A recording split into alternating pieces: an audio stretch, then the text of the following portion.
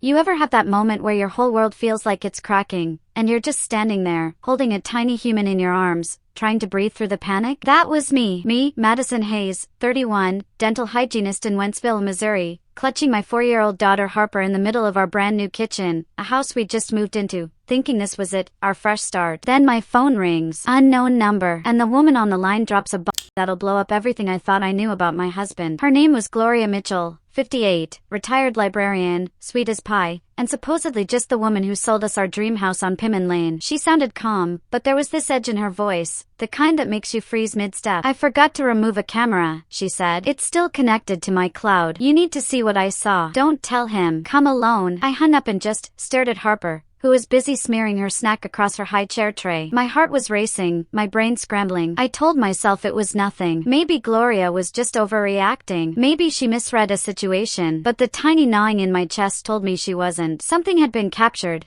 and I didn't want to look, but I knew I had to. Ethan and I had been hunting for a house for almost 2 years. Every Saturday, we were out, traipsing through open houses, bouncing from kitchen to kitchen, pretending we weren't tired, pretending we weren't broke. Our apartment, 2 bedrooms, carpet that smelled like cat pee no matter how many times I scrubbed, and a wallpaper pattern that screamed cheap 1980s rental. Then came the email. Gloria had listed the Pimmon Lane house, 4 bedrooms, porch swing, backyard Harper could run around in without smacking into the fence, 3 tiny steps to a kitchen that made me want to cry happy tears. Price? $287,500. Barely affordable. Just barely. But it was perfect. I swear you could feel it in your bones the minute you walked through the front door. Moving day was one of those early spring mornings in Missouri where the air smells like wet grass and hope. Ethan carried Harper on his shoulders and she screamed with joy like we'd hired a marching band. He hung up my stupid witchy wind chimes from a craft fair, joked about them being happy now, and I laughed so hard I cried. I loved that man. Lord, I loved him. Then I found it. A small white camera, about the size of a deck of cards, sitting on a bookshelf. I held it up. Ethan glanced over. "Just toss it," he said. I didn't. I set it back. Too many boxes, too much chaos, too little patience. And I forgot about it, because life has a twisted sense of humor. 3 days after we moved in, Harper was at preschool. I was scrubbing dried spaghetti sauce off the stove, and my phone rang. Gloria Mitchell. Her calm voice made my skin crawl. She explained about the camera, about the night after we moved in, March 15th, when I had taken Harper to my sister Brianna's for a bath in a real bed amid the chaos of boxes. Gloria had checked the footage and Ethan was with someone else on our couch. I froze. My knees weren't buckling. They were trembling in a weird, vibrating way, like my bones couldn't decide whether to hold me up or let me collapse. Gloria's voice kept talking. She'd been through this herself years ago and understood. She wasn't judging. She was just letting me see. I thanked her, hung up, and then I did the only thing I could, shoved it down to a place in my brain where I wouldn't have to look at it. The splinter was still there, though, and it's done every time I moved. And then Ethan's behavior started shifting. Not wildly suspicious, subtle, almost believable. Early mornings, face-down phone, calls in the garage, receipts tucked away, each one explainable in isolation. But my gut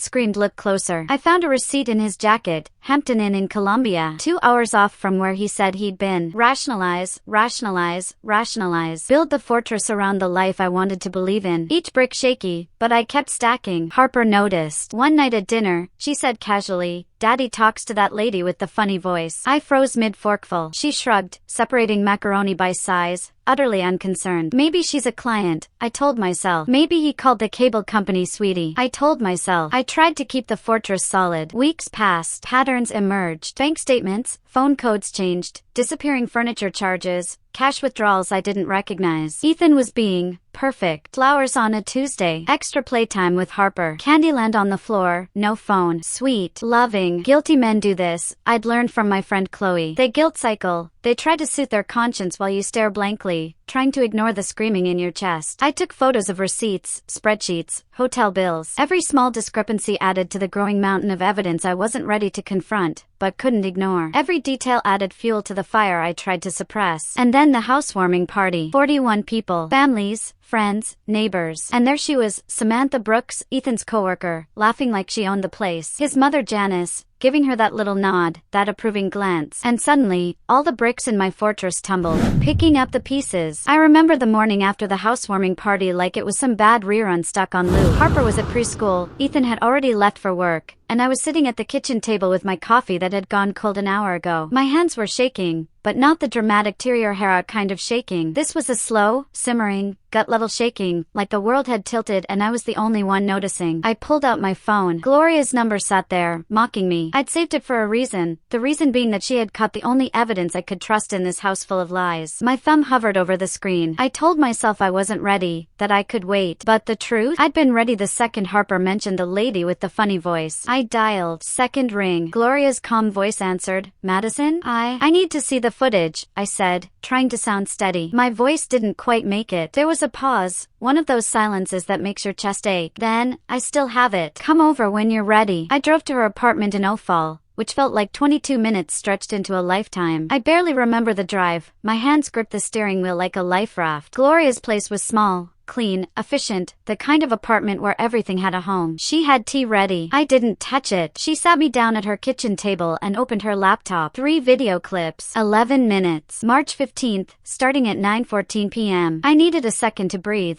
to convince my body that it could survive watching. It didn't. Ethan Parker. Our Ethan, sitting on our new couch with Samantha Brooks. Not awkward first-time flirting Samantha. Comfortable, familiar, routine, laughing at things I wasn't a part of, in a life I wasn't supposed to see. And there, just 3 feet away, Harper's favorite ladybug stuffed toy, Doy, lying on the coffee table. The same one she'd hugged every night before bed. I'd tucked her in that night at Brianna's, and here it was, part of someone else's scene in my home. Gloria didn't have to say sorry. She didn't have to ask what I'd do. She just let me watch, let me sink into the quiet horror. I didn't scream. I didn't call Ethan. I didn't throw things. I did the only thing that made sense in my universe of calm chaos. I called Chloe. Chloe Reynolds. My best friend, practically family, full-blown paralegal brain engaged at all times. She heard the shaking in my voice before I even said a word. They're not gonna just confess, Madison. You need a file. Every receipt, every credit card statement, every hotel charge, document, photograph, save, date. You need the timeline. Build the fortress. I hung up, feeling a strange surge of control. If the fortress was crumbling, at least I could rebuild with bricks I chose. The next 2 weeks were a blur. I became a ghost in my own house, moving silently while Harper slept. I photographed credit card statements, cross-referenced hotel charges with Ethan's supposed work trips, dug through receipts for restaurants I'd never heard of, made spreadsheets that stretched into multiple pages. There was the restoration hardware order, for $180. Delivered? Maybe $1,200 worth of furniture. Where was the rest? The Hampton Inn charge in Columbia. He said Springfield. Holiday Inn Express in Wentzville. Best Western in St. Peters. All on nights he claimed work. Every charge, every discrepancy, every work excuse built a pattern I could finally see. And with Chloe's guidance, I wasn't just guessing, I was creating evidence strong enough to file a claim. Ethan didn't make it easy. He guilt-cycled hard. Flowers on Tuesday, date nights, playing Candyland like the perfect husband while my gut screamed louder than my eyes could see. He was good. Too good. Texts from Samantha, hidden phone codes, cash withdrawals, guilt, control, manipulation. Every single day, he was rehearsing for a performance I didn't know I was watching. I watched it all, quietly, calculating, breathing, waiting. It was Saturday morning when I hit a breakthrough. Bank statements spread across the kitchen table, spreadsheets mapped. I was in the middle of adding a new charge when the front door opened. Ethan, supposedly at a job site until 3 p.m. 1:15, my heart slammed. Papers flew. I grabbed a purple crayon and a piece of cardboard. Just doing Harper's preschool project, I mumbled. Ethan looked at me. Something passed between us. Maybe recognition, maybe fear. Cool, he said casually, grabbing a Gatorade. And off he went to the garage. My hands were shaking, but I didn't drop a thing. I didn't cry. I waited. Chloe was relentless. Every night, I would sit with her at her kitchen table, going over the timeline, charges, hotel stays, restaurant visits, gifts, matching dates with Ethan's claims. We even cross-referenced his work calendar. Every inconsistency was another brick in the case I was building, the fortress of truth I needed before I could act. You're almost there, she said one night, voice low, hands shaking slightly as she held my coffee. Document first. Confront later. Build the fortress. Don't give him a chance to explain it away. I nodded, clinging to that advice like a lifeline. It wasn't just the money. Ethan changed habits in ways only a guilty man could. Phone under pillow? No, now always face down on the nightstand. Calls in the garage? Muffled, hushed tones. Random acts of sweetness. Flowers. Date nights. Candyland. Every act of perfection was part of the performance, and I could see it. Harper noticed too. Daddy talks to the lady with the funny voice, she said one night at dinner. My chest sank, but my fortress held. I told myself she misheard. I told myself she didn't understand. I told myself lies to protect the truth I wasn't ready to face. By the last week of March, I was barely sleeping. Not nightmares. Not sweating. Just awake, heart racing, mind spinning. I reorganized the pantry at 2 a.m., alphabetized canned goods, mounted a spice rack, whispered to myself, it's fine. I'm just nesting. People do this when they move. It wasn't normal. My body knew it, even if my brain refused.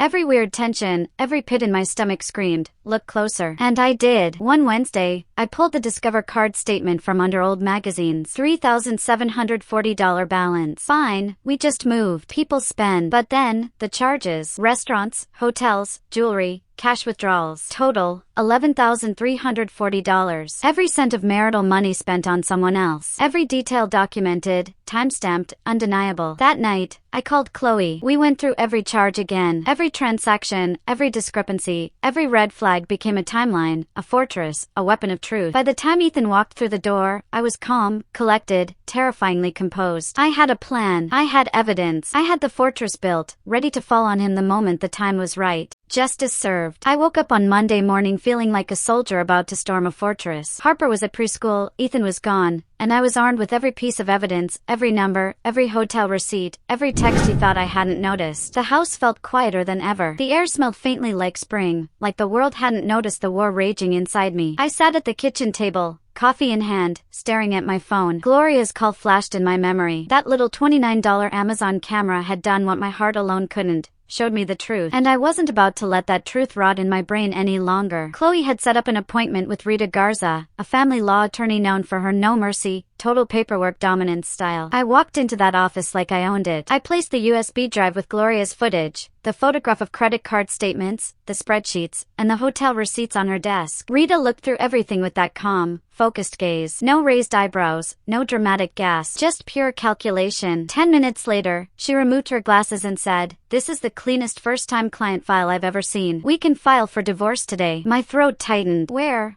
do I serve him? She smirked slightly. His office. Not home. In a building of 62 employees, everyone sees it. He won't spin a single story before the facts hit the air. I nodded, feeling a rush of satisfaction. Every hidden detail, every late-night spreadsheet, every tear I hadn't cried, it all had a purpose. Ethan's phone buzzed that morning while he was in the bathroom. I saw it. Saw the heart emoji from Samantha Brooks. That single red heart shattered his carefully built performance. My fortress didn't crumble, his did. Every lie he'd wrapped in charm, flowers, Candyland nights, and guilt trips came tumbling down in one silent moment. I didn't need to confront him. I just let the evidence speak. Let the patterns I'd documented scream the truth he could no longer hide. Monday afternoon, I drove to his office. The receptionist handed him the papers. No dramatics, no shouting, no scene, just the cold, undeniable facts. $11,340 in marital funds spent on someone else. Hotel stays on nights he claimed work. Restaurant charges and jewelry that never reached me. A timeline matching Samantha Brooks' presence in our lives. He called me 17 times that afternoon. I didn't pick up once. I didn't have to. The Fortress of Truth was already doing its work. By the time he returned home at 4:30 p.m., the locks were changed. Harper was at Caitlin's. I didn't even want to see him. Caitlin, ever the calm storm, said, "Your stuff is in the garage. Your daughter's safe. Your wife doesn't want to see you." Ethan's world crumbled in silence, the kind that screams louder than any argument. The divorce was finalized 4 months later. Rita Garza earned every cent of her $4,200 fee, and it was worth it 10 times over. The judge awarded me the full $11,340 on top of equitable division. The house? Mine. Ethan's hidden debts, credit card balances, secret hotel stays, accounted for. Gone. Beverly's contribution? A gift. Documented. Safe. Samantha Brooks? Gone from our lives, out of the company, out of my daughter's world. She moved to Kansas City. She didn't resign because I told her to. The office became too hot to work in comfortably once the divorce papers were filed. Ethan Parker learned the hard way that lies, charm, and guilt trips have a limit. I called Gloria the day after the divorce. Sat on the porch swing with a glass of iced tea, the same swing I'd fallen in love with on our first visit to Pimmon Lane. "Thank you," I said. "I don't know if you understand what you did for me." "I understand exactly what I did," she replied. "That camera was supposed to watch my cats while I was away. Turns out, $29 from Amazon did more than 2 years of lawyers ever could." We laugh about it now. We meet once a month for coffee. She orders the same thing every time, medium decaf with too much cream, a dry lemon poppy muffin. She talks about her garden, I tell her about Harper's ladybug obsession. We don't talk about Ethan. There's nothing left to say. That first night truly alone in the house, Harper staying with Caitlin, I walked out onto the porch. The swing creaked. The street light buzzed. Somewhere down the block, smoke drifted from a neighbor's grill. I held a cup of chamomile tea. Didn't reheat it. Didn't check my phone. Didn't plan tomorrow. I just sat. I swung. I listened to the crickets. For the first time in what felt like forever, the knot behind my ribs was gone. I was free. Harper was safe. And for the first time, I could imagine a life that didn't include betrayal,